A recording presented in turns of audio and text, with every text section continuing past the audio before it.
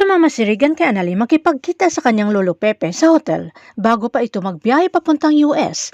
Pero nagtataka si Annalyn na hindi pa rin dumating ang kanyang lolo Pepe, lalo na't kinakansila ng kanyang lolo ang tawag niya.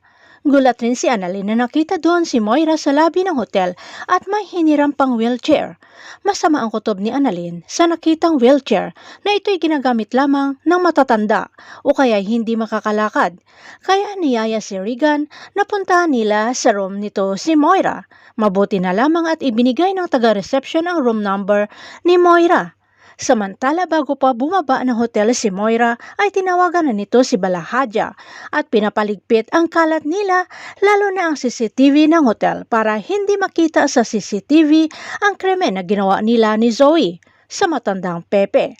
Na hindi takot si Moira gumawa ng krimen, maitago lamang ang bulok nilang sikreto ni Zoe na hindi totoong anak ni RJ itong si Zoe. Habang si Zoe naman ay binigyan pa ng isang bote ni Moira bago bumaba na sakaling magising ang lolo niya ay pupukpukin niya ulit ito.